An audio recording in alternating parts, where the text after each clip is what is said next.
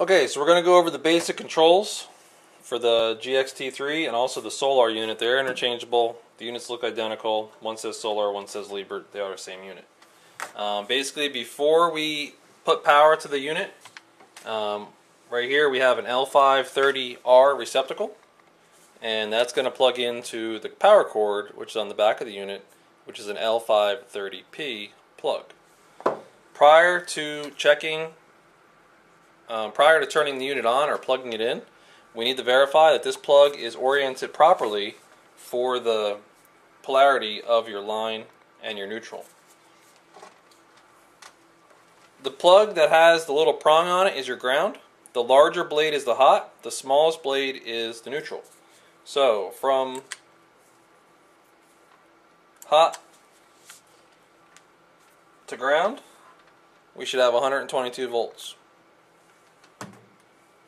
From ground to neutral, we should have 0.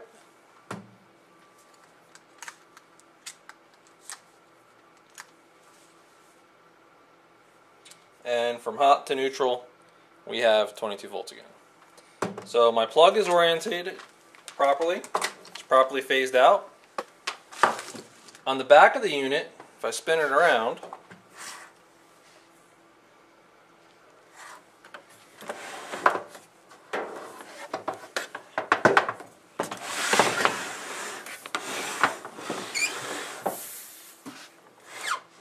on the back of the unit, we have a couple plug assemblies down at the bottom, outlets, normal 15 amp outlets. They do have one 30 amp plug assembly for the output, the input cord, and an on-off circuit breaker for the main input going into there. A couple different output circuit breakers, thermals. This unit does not have the alarm card that normally we have installed. If you're changing a unit out, you'd have to unplug and unwire the alarm card, whether it be a 25 pin connector or the Phoenix connector blocks. Before you insert the card, make sure the jumpers are installed or not installed according to the drawings for your alarm card. For our purposes, all the jumpers usually come off the alarm cards. So what I'm going to do is we're going to make sure this unit is off right now, and I'm going to go ahead and plug in my cord, power cord. You hear the fans kick up here in a second. Oh, not yet because it's not on. So it's off, everything's gone. Turn my switch on.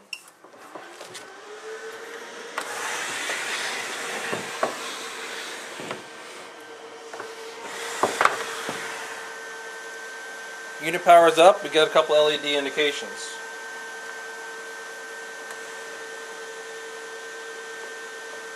Okay, get that centered for you guys. Alright, a couple of indications here. We have a battery charge indication and we have a load indication. Right now we have nothing on the unit. What I'll do is I'll put this meter on the output of one of the 15 amp plugs.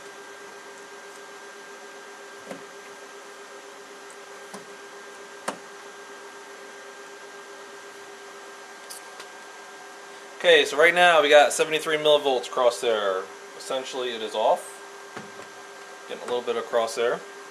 A couple different units we have here. In order to turn the unit on from a cold start like we're at right now, we're going to go ahead and push the solid / on button.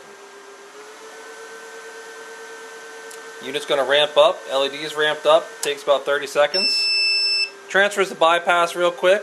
Then you'll see it kick over to inverter.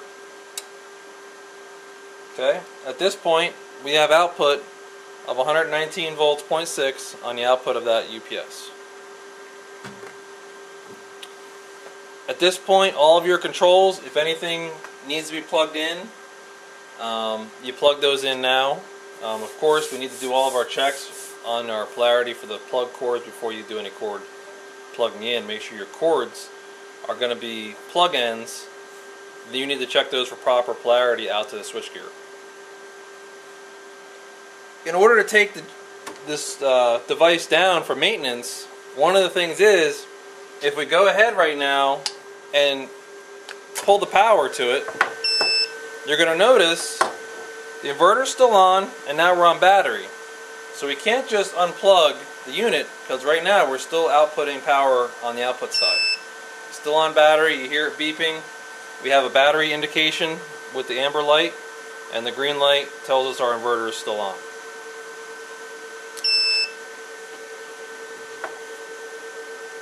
Going to reinstall the plug there.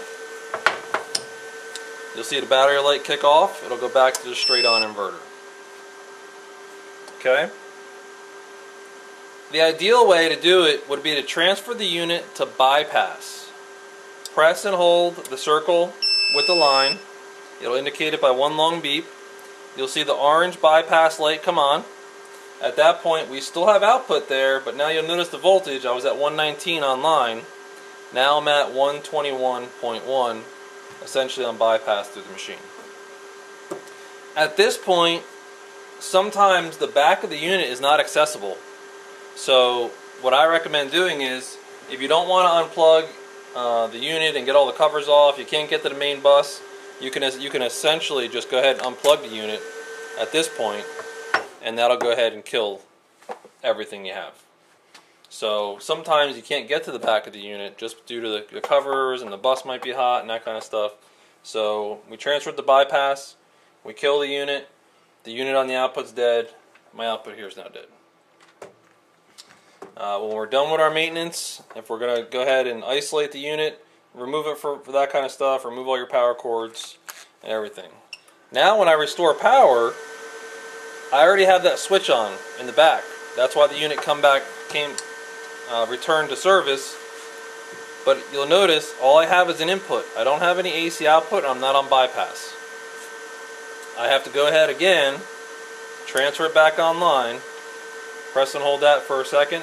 The unit will ramp up, take about a second, transfer to bypass, and then it'll go right online. So that is our quick and easy.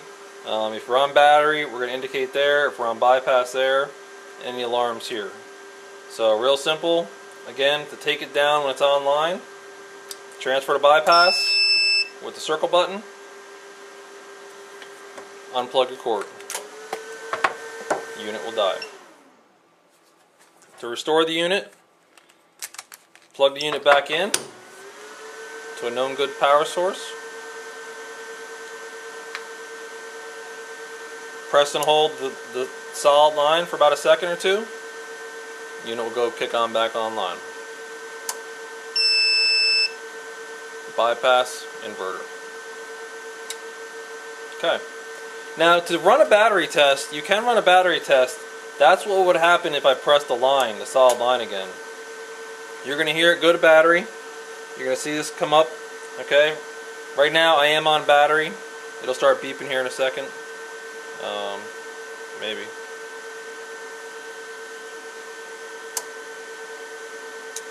Okay, it's off battery, it's back on inverter. So that's just a real quick diagnostic check of your battery circuit. That's basically what that'll do.